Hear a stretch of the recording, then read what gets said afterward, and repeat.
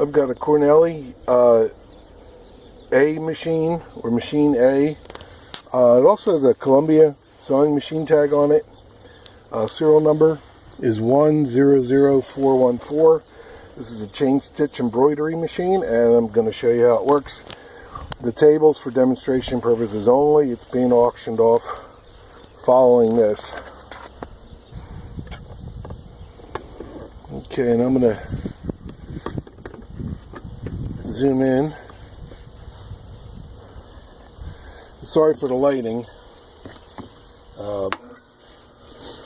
Turn the motor on. That's been serviced and it's in good working order.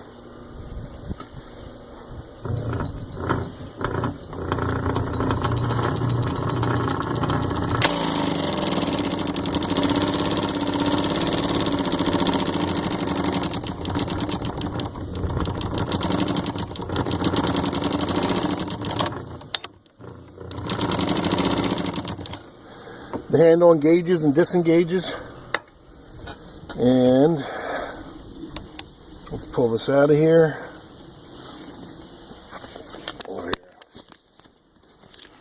Bring it down on the stitch.